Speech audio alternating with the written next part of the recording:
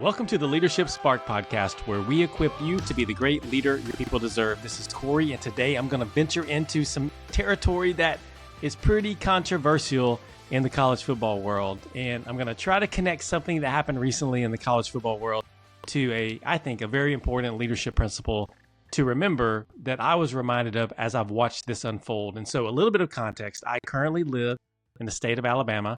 I am not from Alabama, and so I do not have an allegiance to a football team in Alabama, like the University of Alabama or Auburn.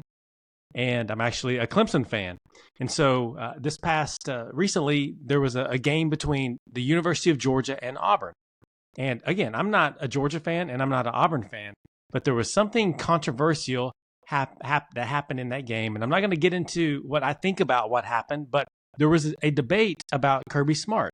And there was a very strong opinion on both sides, the University of Georgia and the Auburn side, on what happened during the game when supposedly Kirby Smart may have actually called a timeout or wanted to call a timeout in a game situation, but he claimed that he was just clapping his hands. And so it's been this big controversy. So if you watch the video, which has been broken down more than the JFK assassination video by the Zapruder film technology, to be able to see, did he really call a timeout or did he not call a timeout? And so I don't know if he called a timeout or not, but he was telling people that he wasn't calling a timeout. He was just clapping to indicate to the referee that the defensive line was clapping, trying to get the offensive line to jump early or the center to snap the ball early. And so as I'm watching this unfold, and I live in a state where there's all kinds of emotions. You have Auburn fans who are vehemently for the fact that something went wrong and Kirby Smart has no integrity, to the Georgia fans who are backing Kirby Smart 100%. But here's what I learned from that situation that I think is a very important leadership lesson to be reminded of today on the Leadership Spark podcast. And it's this principle here.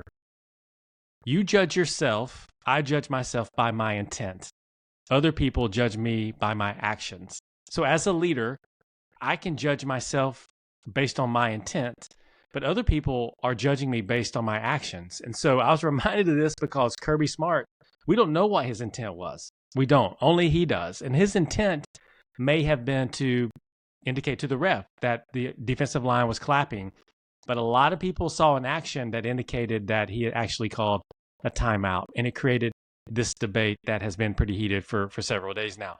But as a leader, I was reminded, hey, I need to be mindful of the fact that other people are judging me by my actions because they cannot see my intent. Only I can see my intent. And so at the end of the day, I either want to communicate my intent so that people understand it when there's a disconnect between intent and actions, or I want to work hard for my intent and how other people experience me and my actions to be in line with each other. And so whether you're an Auburn fan, a Georgia fan, whether you know what I'm talking about or not, remember this: people will judge you by your actions, even though you judge yourself by your intent.